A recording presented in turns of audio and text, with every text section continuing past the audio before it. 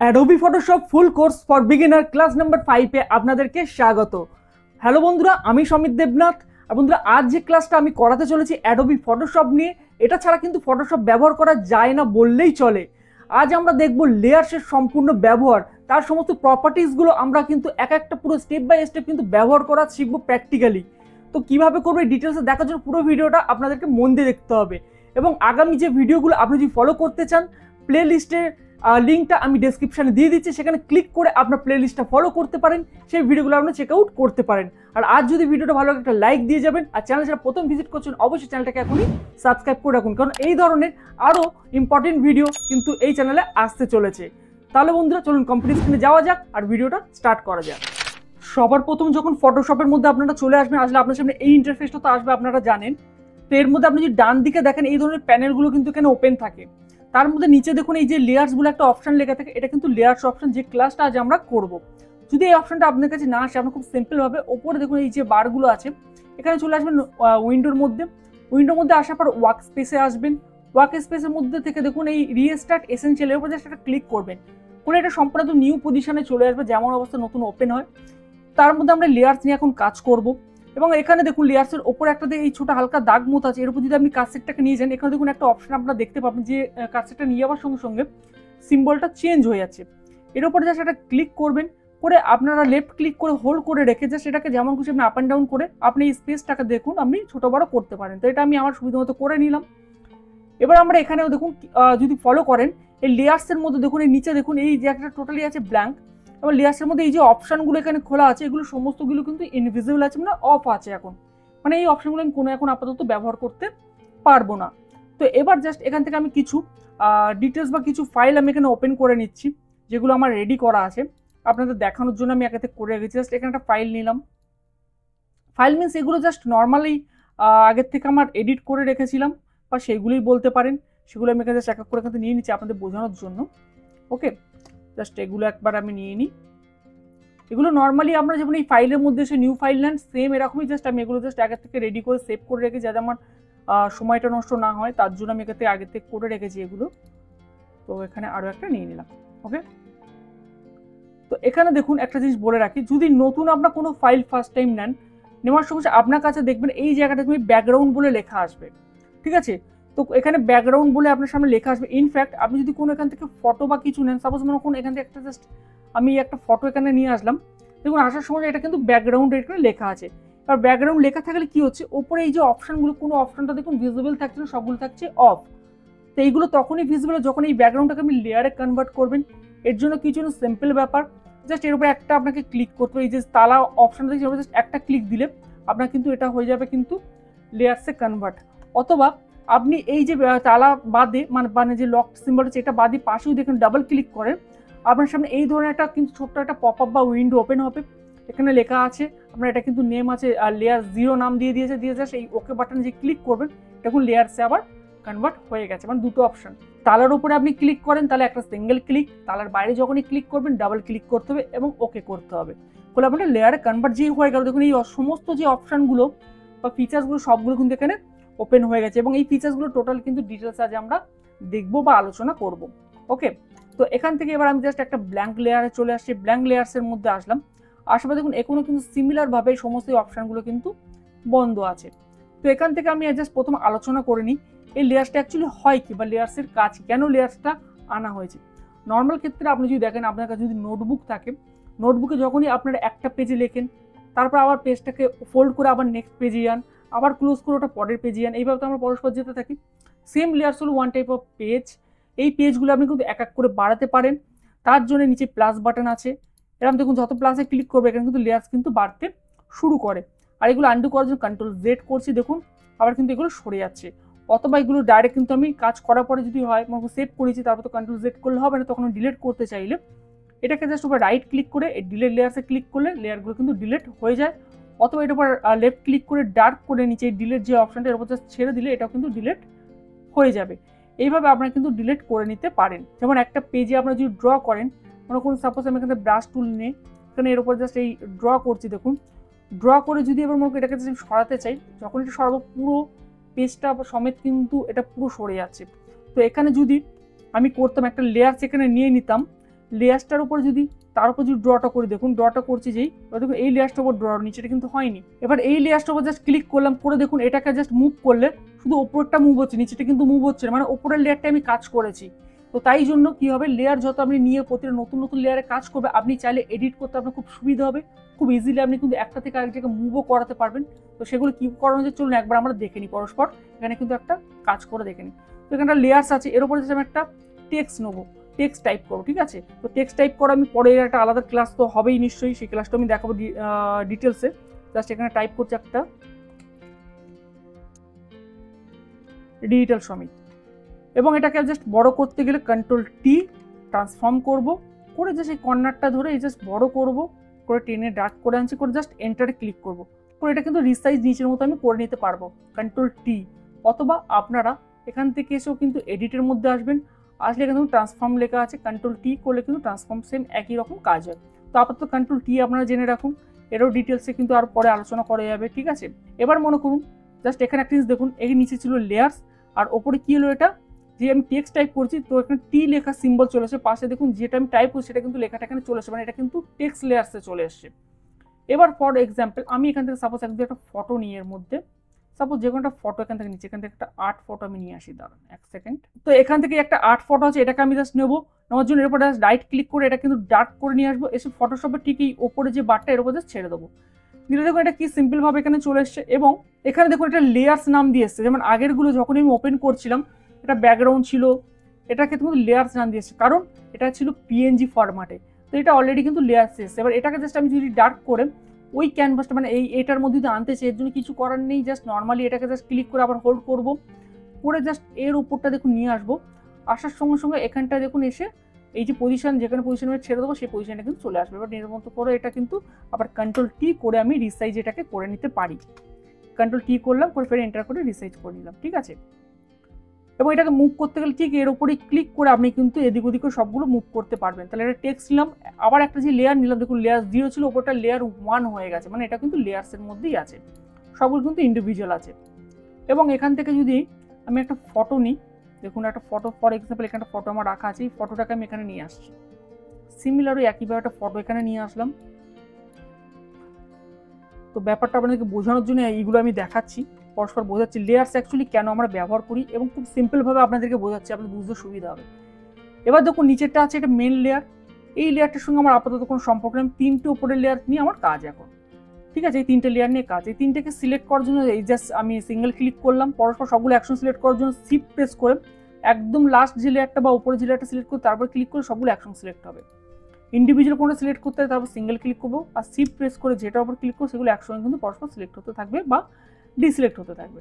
ওকে, তো আমি এখান থেকে মনে করুন ফটোটা আছে, তো ফটোটাকে করছি আমি সবার, ফটোটাই সাধারণত আমার আছে মিডিলে, আর বাকি দুটো লেয়ার আছে ওপরে, এটা ওপরে আছে একটা নর্মাল যে ছবিটা আছে, এই যে ছবিটা ফটোটা, আর নিচে আছে কিন্তু আমার যে টেক্সটটা।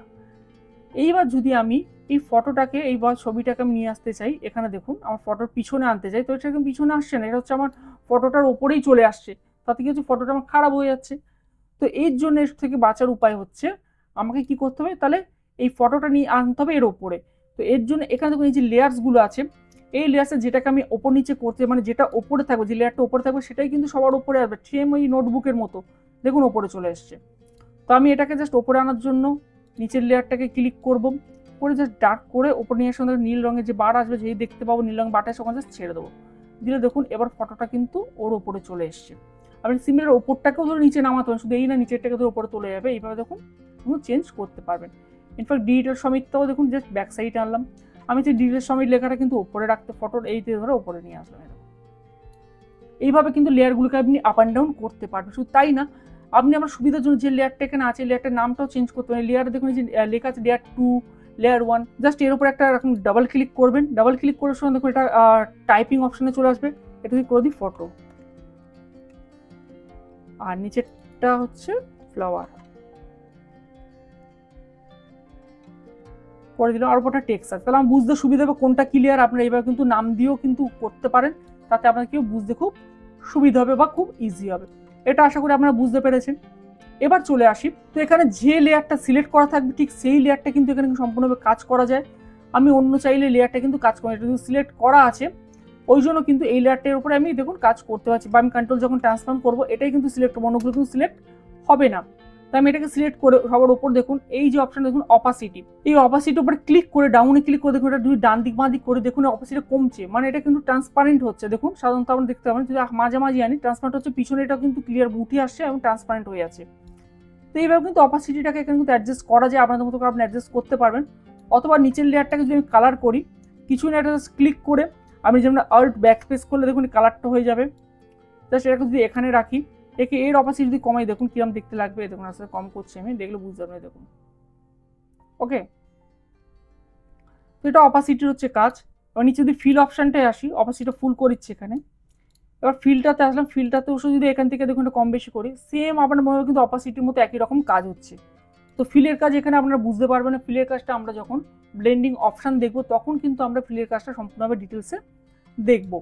তো আপাতত এই দুটো অপাসিটি এবং ফিলটা আপনারা বুঝে গেছেন। এবার দেখুন পাশে এই সমস্ত এই যে অপশানগুলো আছে, লক বলে লেখের পাশে এই এতগুলো অপশান আছে।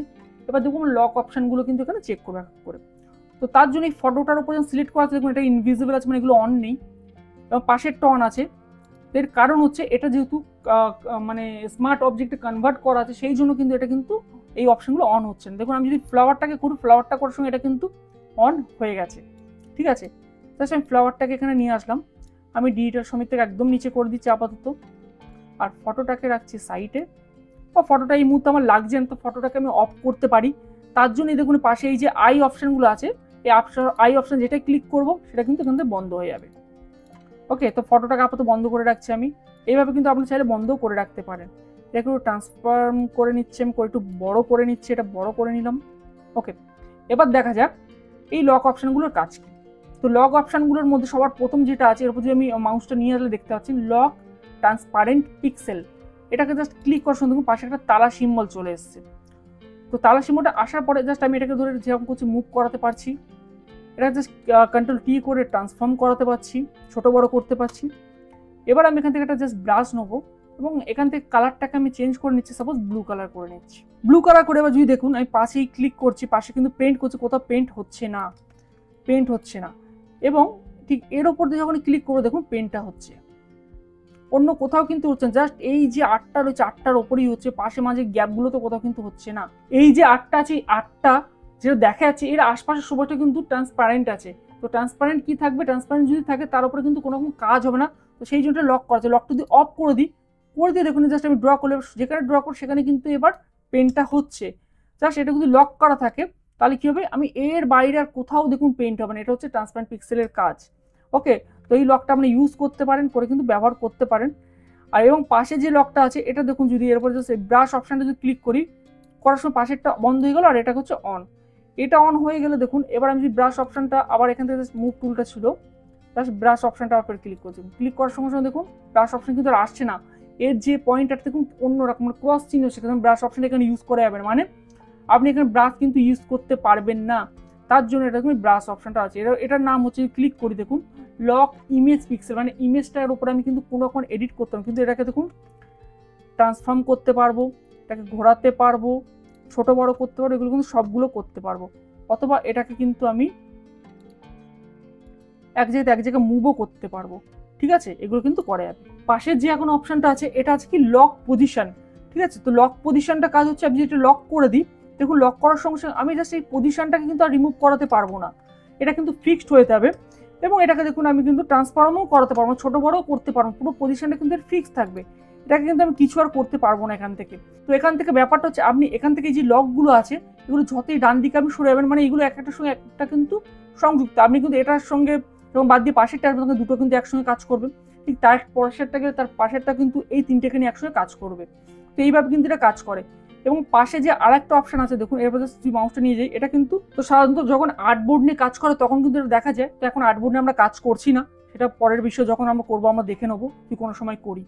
তো এবং পাশে আরেকটা অপশন আছে দেখুন, এরপরে যদি আমি মাউসটা আনলে আমরা দেখছি অল লক, এই অল লক যদি করে দিই, অল লক করলে কিন্তু এটা কিন্তু কোনো রকম কোনো কাজ কিন্তু এটা কিন্তু করা যাবে না, ফুল লক হয়ে যাবে। এটা না ছোটো বড় করা যাবে না, প্রিন্ট করা যাবে না, কিছু হবে, এটা কিন্তু সম্পূর্ণভাবে কিন্তু লক হয়ে যায়। তো এখানে দেখুন আমি আর একটা জিনিস আপনাদেরকে দেখিয়ে দিই, এটা যদি আমি সিলেক্ট করা থাকে, ঠিক আছে, এই লক যদি পজিশন লকটা সিলেক্ট করে দেখুন অপাসিটি এগুলো কিন্তু আমি অ্যাডজাস্ট করতে পারবো। অপাসিটি কম বেশি করতে পারবো, ফিলও চেঞ্জ করতে পারবো, কিন্তু এখানে কিন্তু এটা কিন্তু মুভ হবে না বা পজিশনে কিন্তু চেঞ্জ করা যাবে না। আর অল লকে যদি ক্লিক করে দেখুন সবগুলো ওপরে কিন্তু সমস্ত অপশানগুলো যা আছে সবগুলো কিন্তু বন্ধ হয়ে গেছে, কোনো অপশান বা ওপরে কিন্তু আর লেয়ার্সে কোনো অপশান কিন্তু কাজ করা যাবে না, সবগুলো কিন্তু লক হয়ে গেছে। তো এইটা হচ্ছে এই লকের ফাংশন। তো এই লকটাকে জাস্ট করলাম অফ। এবার আমরা এখান থেকে দেখবো একটা দারুণ, এবার যেটা দেখবো কিন্তু দারুণ ব্যাপার আছে, সেটা কিন্তু আমরা এখান থেকে ফলো করবো, ঠিক আছে। এবং পিছনে কিন্তু এটা কিন্তু সম্পূর্ণ ব্ল্যাঙ্ক আছে, ঠিক আছে, এটা সম্পূর্ণ রিমুভ হচ্ছে। তো এটা যদি ফিক্স করতে চাই, মনে করো আপনার কাছে অনেক সময় এই ধরনের ফটো আসতে পারে, তো এখান থেকে একটা নিউ লেয়ার নেবো, নিউ লেয়ার নিয়ে জাস্ট এই লেয়ারটাকে আমি হোয়াইট কালার দিয়ে ফিল করবো, ফিল করে দিলাম। এবার এই দুটো লেয়ারকে আমি একসঙ্গে অ্যাড করতে চাই বা মার্চ করতে চাই, এর জন্য দুটো লেয়ারকে একসঙ্গে সিলেক্ট করবো, করে কন্ট্রোল ই ক্লিক করে দেখুন দুটো লেয়ার কিন্তু একসঙ্গে এখন মার্জ হয়ে গেছে, হোয়াইট পেজ এবং কিন্তু এই যে ফ্লাওয়ারটা একসঙ্গে মার্জ হয়ে গেছে। এরকম যদি কোনো রকম আপনার সঙ্গে সাবজেক্ট অবজেক্ট চলে আসে, তো সেটা আমি কাজ করতে গেলে কীভাবে কমে দেখুন এখানে নিয়ে আসলাম। তো এখানে আনার পর দেখুন এটা কি হয়েছে, এখানে রাখছি, রেখে আমি চাই শুধু ফ্লাওয়ারটা এখানে কিন্তু আনতে। এরকম অনেক সময় এরকম পিকচার আসতে পারে, তো ওটা যেখানে যেমন পিএনজি ছিল, পিএনজি ওটা নাও থাকতে পারে, আপনার সময় এই ধরনের একটা পিকচার থাকতে পারে। সেক্ষেত্রে আপনারা কি করবেন, একটা খুব ব্লেন্ডিং এখানে মুড দেওয়া আছে, তো ব্লেন্ডিং দুটো হবে, একটা ব্লেন্ডিং অপশন যেটা আমরা পরের ক্লাসে দেখবো, এখন আমরা দেখছি ব্লেন্ডিং মোড। এই ব্লেন্ডিং মোডের জন্য দেখুন এই যে অপশন আছে নর্মাল লেখা আছে, এর উপর একটা এই ড্রপ ডাউন যে ক্লিক করলে কিন্তু ব্লেন্ডিং অপশন কিন্তু অনেকগুলো আপনারা দেখতে পাবেন। তো এবার দেখুন জাস্ট আমি এখান থেকে এই যে নর্মাল আছে তার নিচে আছে ডিজলভ, ডিজলভে যদি ক্লিক করে দিন কোনো কিন্তু চেঞ্জ এখানে আসছে না, কারণ ডিজলভের মধ্যে এখানে কালার কিন্তু নেই, ডিজলভ কিন্তু আলাদা কাজ করে। তো আমি নিচে দেখুন ডার্ক অপশনে ক্লিক করি, তো এখান থেকে ডার্কে ক্লিক করার সময় কী হবে, আপনার ডার্কটা থাকবে, এর পাশে সমস্ত যে হোয়াইট কালার থাকবে সেগুলো কিন্তু সম্পূর্ণ ইনভিজিবল হয়ে যাবে। এটা কিন্তু তাই না যে কালারটা চলে গেছে, কালারটা কিন্তু এখানে আছে। তো এখানে কি হচ্ছে, হোয়াইটগুলোকে এখান থেকে ইনভিজিবল করেছে জাস্ট, এবং সেটা মাল্টিপ্লে ক্লিক করুন সেম রেজাল্ট আপনার সামনে আসবে। এবার ঠিক আমি যদি এখানে চলে আসি, দেখুন নিচে এই সেম অপশানগুলো ওপরে যেমন আছে, এই অপশান ঠিক নিচে দেওয়া আছে দেখুন লাইট অপশান। এই লাইট অপশান যদি ক্লিক করি দেখুন এখানে কালো অপশানটা চলে গেছে, এবং এখানে ভিজিবল হবে কোনটা, যেটা লাইট পার্টগুলো, মানে যেগুলো হচ্ছে এখানে দেখুন হোয়াইট কালারগুলো আছে সেগুলো কিন্তু এখানে ভিজিবল হচ্ছে। তো ঠিক তার নিচে দেখুন স্ক্রিন আছে, সিমিলার এই ওপরটার মতো কাজ করছে, মাল্টিপ্লের মতো। এবং এই টোটাল পার্টটা হচ্ছে ডার্কের জন্য, আর নিচেটা হচ্ছে লাইটের জন্য। এবং এছাড়া নিচে আরও আপনি দেখতে পাবেন সফট আছে, হার্ড আছে। তো এখান থেকে এটা যদি বোঝার জন্য দেখুন সফটের উপর আছে, দেখুন এর সিনটা দেখুন হার্ডের উপর আছে কীরকম লাগছে, এটা এই দেখুন এর কিন্তু এক একটা এক এক রকম রেজাল্ট হবে। এর কিন্তু কোনো নির্দিষ্ট কোনো ফর্মুলা নেই বা নির্দিষ্ট কোনো এর কিন্তু আপনার থিওরি নেই যে এটা দিয়ে আপনি করলে এরকমই হবে, এরকম কোনো ব্যাপার নেই। তো এখানে মনে করুন এটা যেমন এরকম লাগছে, আমি এখান থেকে যদি ফর এক্সাম্পল ডার্ক করলাম, করে দেখুন এটা কেমন লাগছে, এরকম এটা ডার্ক হচ্ছে। তো আমি চাইছি এই ফ্লাওয়ারটাকে হোয়াইট কালারে আনতে, এই রেডের ওপরে। তো এটার জন্য একটা খুব সিম্পল ব্যাপার আছে, সেটা আপনারা কিন্তু ইউজ করতে পারেন যে কোনো ফটোকে। আপনারা কালারটাকে ইন্টার এক্সচেঞ্জ যদি করতে চান, মানে এই যেমন ফ্লাওয়ারটা ব্ল্যাক আছে এটা হোয়াইট হয়ে যাবে, আর পাশে হোয়াইটগুলো ব্ল্যাক হয়ে যাবে, এটার জন্য খুব সহজ প্রসেস একটা আছে, কন্ট্রোল আই যদি করেন, কন্ট্রোল আই করলে দেখুন এটা কি হলো, এই জাস্ট ইমেজের মধ্যে যদি আমি আসি, এসে আপনাদেরকে দেখাই, এই দেখুন ইমেজের মধ্যে আসার পরে আপনি অ্যাডজাস্টমেন্টের মধ্যে আসবেন, আসার পরে ইনভার্ট, কন্ট্রোল আই মানে এটাকে কোনো ইনভার্ট করলাম। তো এখানে কন্ট্রোল আই যেটা করলাম এটা কিন্তু ইনভার্ট হলো, যেটা ইমেজের ক্ষেত্রে হয়। আর যদি কোনো সিলেকশনের মধ্যে আপনি করতেন, দুটো কিন্তু নাম প্রায় একরকম শুনতে লাগে, এটা ইনভার্স হয়। ইনভার্স হচ্ছে যদি সিলেকশন করেন, সিলেকশন এক্সচেঞ্জ করতে গেলে এটা কিন্তু ইনভার্স হয়, সেটা জন্য শিফট কন্ট্রোল আই। তো আমরা যেহেতু ফটোটাকের মধ্যে কালার এক্সচেঞ্জ করলাম, সেটাও কিন্তু ইনভার্ট করলাম। এবং এখান থেকে যদি আমি চলে আসি ব্লেন্ডিং অপশানে আসলে, তো ব্লেন্ডিং অপশানে আসার পর এখান থেকে দেখুন কি সুন্দর লাগবে। যদি আমি লাইটের মধ্যে চলে আসি, লাইট করলে তো এখানে যে ফ্লাওয়ারগুলো এখন তো হোয়াইট কালারে চলেছে রেডের উপরে, কত সুন্দর দেখতে লাগছে। তো এইভাবে কিন্তু ব্লেন্ডিং মুডগুলো কিন্তু আপনারা এখান থেকে কিন্তু এক এক করে ট্রাই করে দেখতে পারেন আপনাদের সুবিধা মতো। তো জাস্ট এটাকে আপাতত আমি সাইডে রাখছি, রেখে আমি এখান থেকে ফটোটাকে করছি ভিজিবল। ফটোটাকে ভিজিবল করে যদি এর উপর আমি দেখুন অ্যাপ্লাই করি, এই যে এগুলো দেখলাম দেখুন কীরকম লাগছে এগুলো। তো এগুলো টোটাল কিন্তু ডিপেন্ডিং করে আপনি কিভাবে কিন্তু কাজ করছেন বা কী ধরনের অপশানে ব্যবহার করছেন, পুরো তার উপর ডিপেন্ড করে কিন্তু এটা কাজ করবে। এই না যে আপনি যেমন করবেন এক একটাতে এক এক রকম, কোনো ব্যাপার নেই। আপনার কিন্তু এটা সম্পূর্ণ ডিপেন্ড করে আপনি কী কাজ করছেন, কোন অবজেক্টও কাজ করছেন, তারপর ডিপেন্ড করে।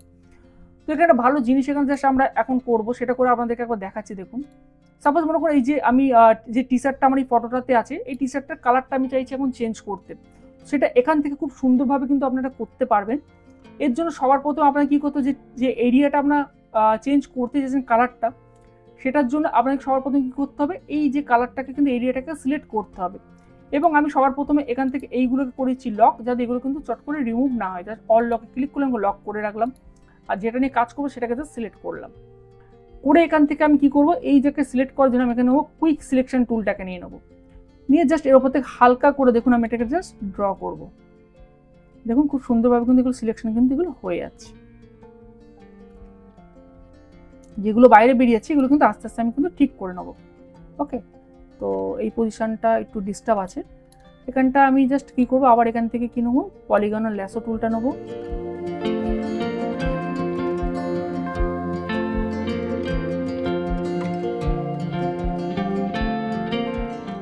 তো এটা সিলেক্ট করে নিয়েছি, নিয়ে এবার কি করব, আমি কিন্তু এই যে কালারটা ফিল করব, কালারটা কিন্তু এই যে লেয়ারটা আছে মানে যে ফটো অরিজিনাল এর উপরে কিন্তু করব না, আমি এর জন্য একটা এখান থেকে নতুন লেয়ার এখান থেকে সিলেক্ট করবো। দেখুন একটা নিউ লেয়ার এখানে ক্রিয়েট করে নিলাম, এই লেয়ারের উপর কিন্তু এটা ফিল করবো। জাস্ট এর উপর কি করবো, অল টু ব্যাক স্পেস করলাম, করার সঙ্গে সঙ্গে ব্লু কালার দিয়ে এটা কিন্তু ফিল হয়ে গেছে। তো শার্টটা কি খুব সুন্দর লাগছে না?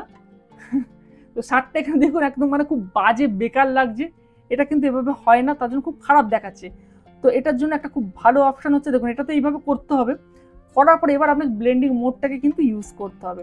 এই ব্লেন্ডিং মোডে আসার পরে দেখুন কি সুন্দরভাবে দেখুন এগুলো তো চেঞ্জ হয়ে যাবে, জাস্ট এক এক করে আপনি এখান থেকে নিয়ে যাবেন। দেখুন তো এটা সাধারণত জাস্ট এখানে একটা সিলেক্ট করার পর আমরা কিন্তু জাস্ট এক এক করে ড্রপ ডাউন করে কিন্তু এনে আপনারা চেক করে দেখুন। দেখুন লাইটের মধ্যে এসে স্ক্রিনের মধ্যে দেখুন কালারগুলো কখন চেঞ্জ হচ্ছে, দেখুন এই দেখুন। তো এইভাবে আমরা যে কোনো জিনিসের কালার, যে কোনো কিছুর কালার এভাবে কিন্তু চেঞ্জ করতে পারেন আপনার সুবিধা মতো। আপনাকে একবার সিলেক্ট করে এভাবে কিন্তু চেক করে দেখতে পারেন কোনটা বেটার লাগছে।